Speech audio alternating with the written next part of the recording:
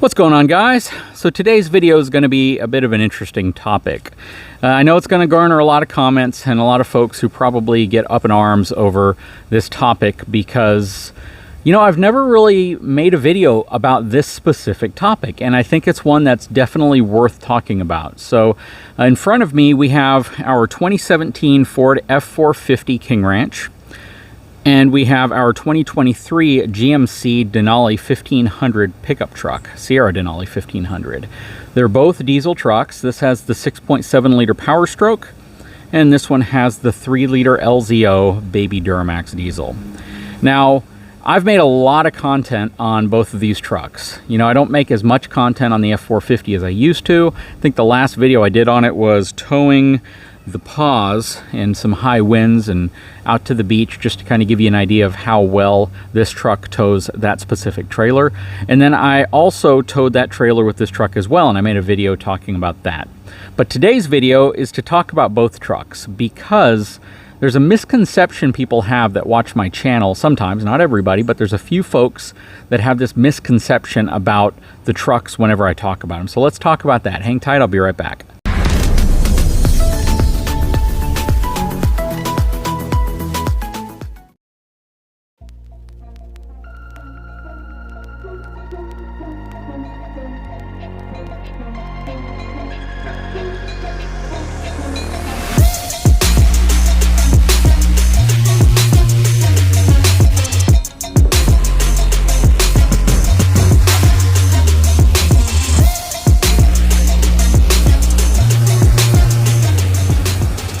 Okay, so I'm going to get ready, mentally prepared for what I need to say because, again, I think a lot of people are going to blow up the comment section regarding this topic. Now, a lot of folks leave comments on my videos and even in other forums. They've left them on, you know, different truck forums. They've left them on different forums related to RVs where this one recurring comment seems to reappear. And they say, JD is a Ford fanboy, and he believes everybody should use an F450 to tow anything.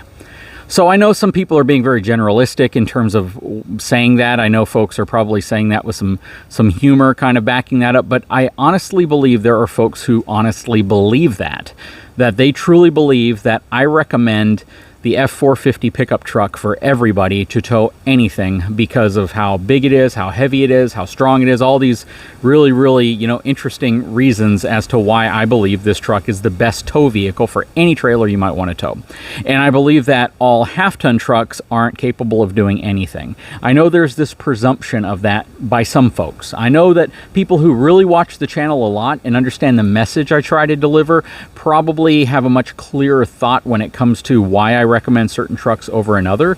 But let's dive into this topic real quick because it's brought up enough times in enough videos that I think it's worth talking about. So first and foremost, I think most people would be hard-pressed to find any video that I've ever made where I specifically say you should go out and buy an F450, or that the F450 is the best towing vehicle, or that the F450 is the best pickup truck at all. I've never made that claim. Almost any time I talk about what I like about the F450, it all revolves around the front suspension, or at least the front steering, that wide track front axle and how it can turn better. I typically don't even mention all the other cool attributes of it, like the bigger brakes, the larger half shafts, you know, the 19.5-inch wheels, all that stuff. Those are things that I mention as differentiators between an F450 and an F350. Or perhaps an F450 and a Ram 3500 or one of the GM 3500 HD trucks. But again, you would be hard-pressed to find a single video that I've ever made where I say the F450 is the truck that you absolutely need to get to tow any type of trailer.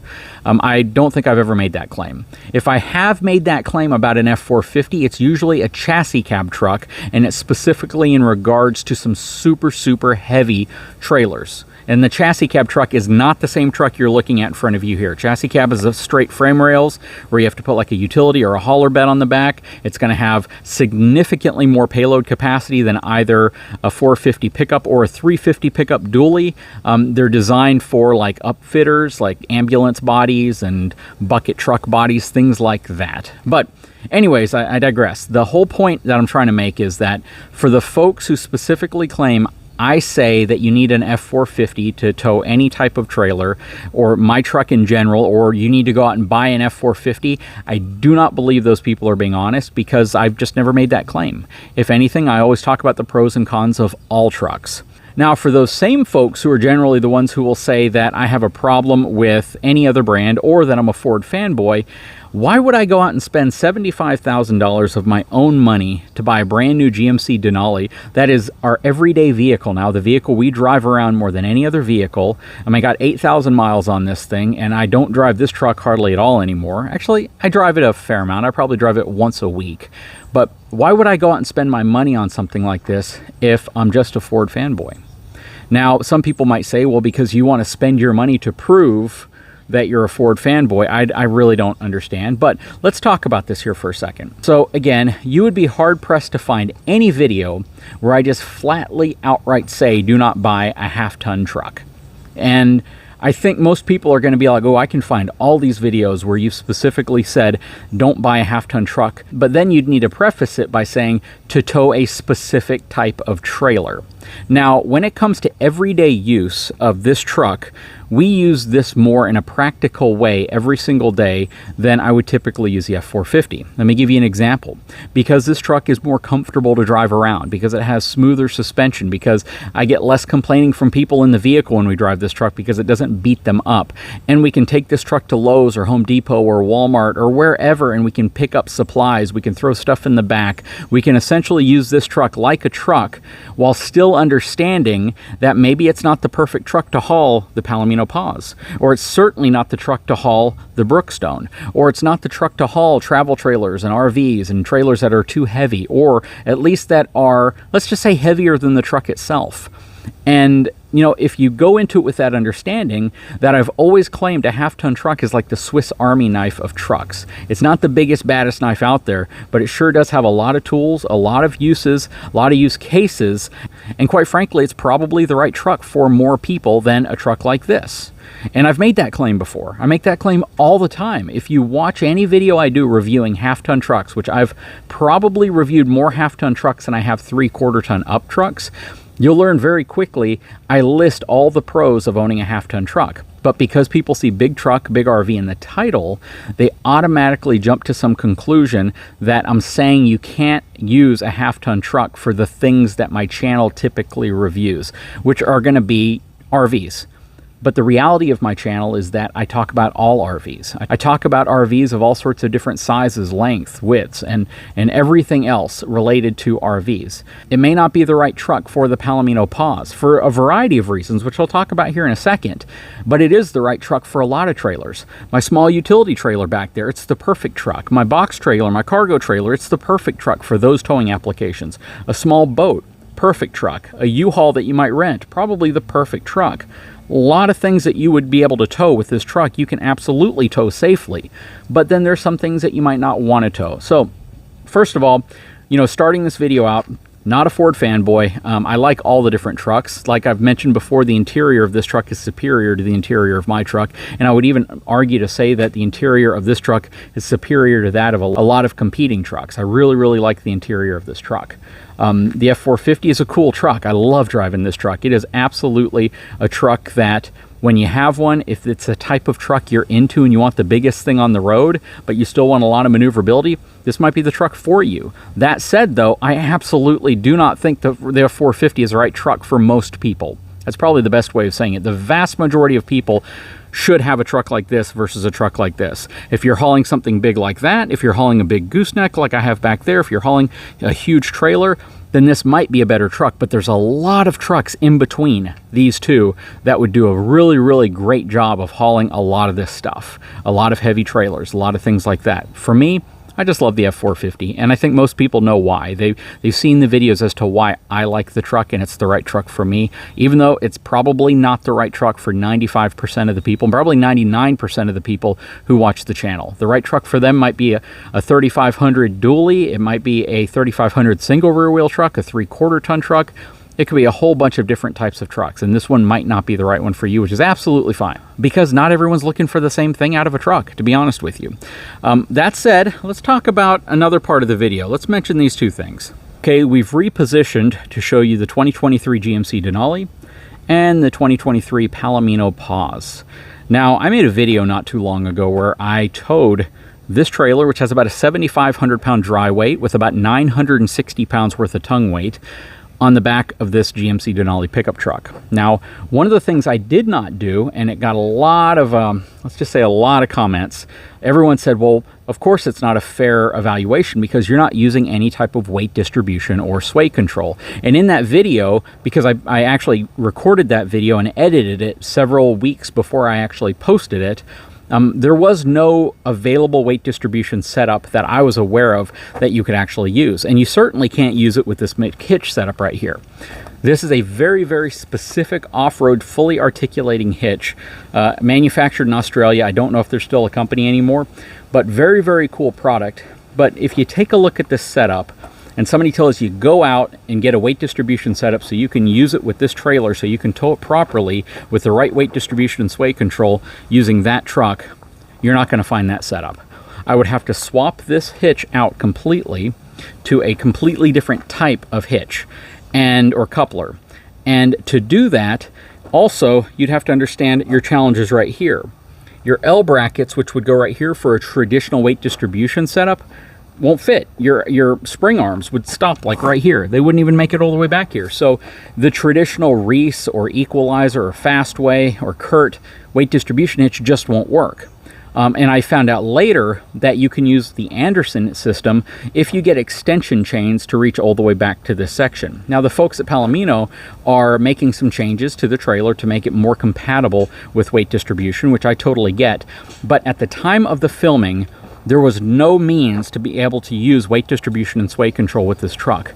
But what does that mean? Why did I film it then? If I couldn't set it up in a way that was ideal, perfectly dialed in, moving the right amount of weight back to the front of the truck and just, dialing in my sway control, all that, why did I do it? So a lot of folks left a comment that is actually a very accurate comment.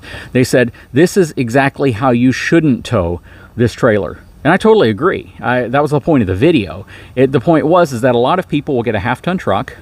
They see the tow rating on the sticker in the door. In the case of this truck, it's 8,800 pounds with 880 pounds worth of conventional hitch capacity and 1,450 pounds worth of payload capacity. And they're going to say, these numbers look fine for a trailer like this, so I can tow it. And they don't think about weight distribution, they don't think about sway control, or they go and get a trailer like this set up this way, and then all of a sudden they realize that they can't use weight distribution or sway control, as is the case when I set this up, or even if I use that McHitch coupler. And they're just going to tow it. And it's going to tow fine when there's no wind outside, when you don't have trucks flying by you, and you'll have this sense of confidence that your truck can do anything.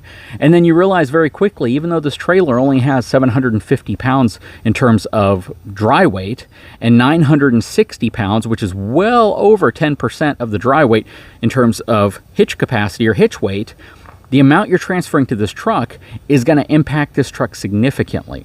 Now, some folks will say, why don't you add air to the back and air will level things out?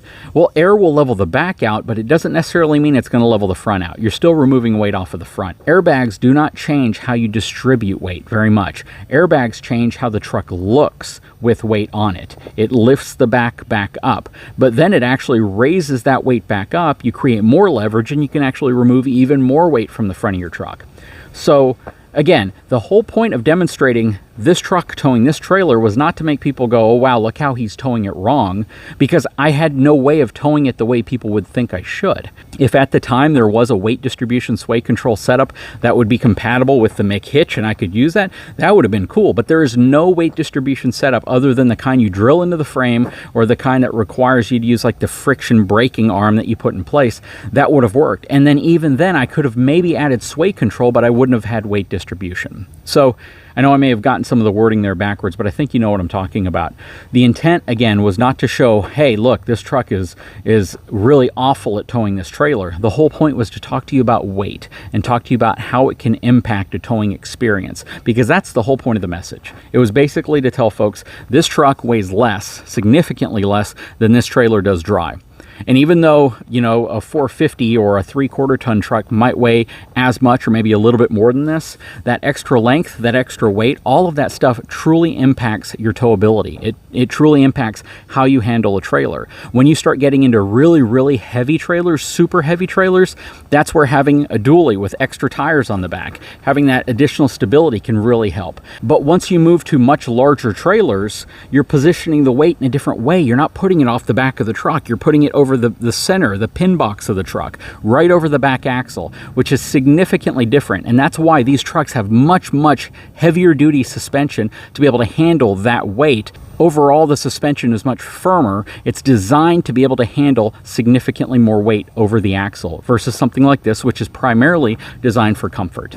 Anyways, I sure hope this video has helped people understand where I'm going with this. That, you know, I've never said everyone should go out and buy an F450. I don't even think that's practical. It just doesn't make sense. I don't think it's the right truck to tow everything. It sure is a good truck for towing a lot of different things, just because, you know, it's just kind of like, you know, a big old burly bodybuilder is going to be able to walk a lot of different types of dogs that someone who might be smaller and lighter weight might not be able to, just simply because of their mass, their size, and their strength.